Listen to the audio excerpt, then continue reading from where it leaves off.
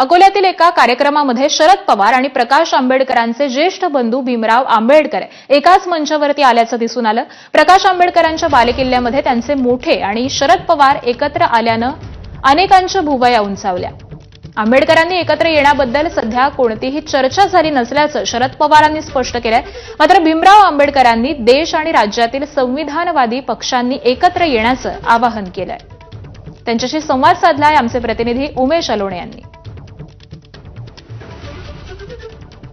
आपल्यासोबत स्वतः भीमराव आंबेडकर आहेत। महाराष्ट्रामध्ये जे सरकार आहे ते त्याच्यामध्ये बदल होणं गरजेचं आहे मी असं मी समजतो आणि त्याच्यासाठी आम्ही सर्व संविधानवादी जे पक्ष आहेत त्यांच्या बरोबर आहोत।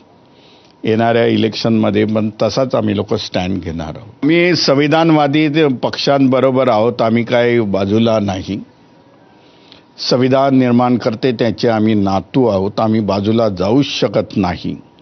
ज्या ज्या संघटना संविधानवादी पक्ष असतील त्याच्याबरोबर आमची ताकद असेल असं मला काही वाटत नाही। येणाऱ्या 11 नोव्हेंबरला वगैरे बिहारचे रिझल्ट बाहेर येतील, त्याच्यावरून आपल्याला दिसून येईल की बिहारच्या रिझल्टमधून जी काही ताकदे आज केंद्र आणि राज्यामध्ये आहेत त्यांची ताकद निश्चितप्रमाणे कमी होईल।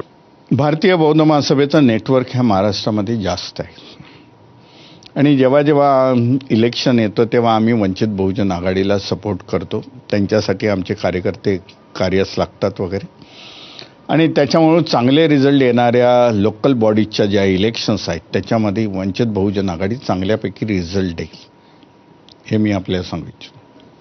कॅमेरामन अमोल देशमुखचा उमेश अलोणे, एबीपी माझा, अकोला।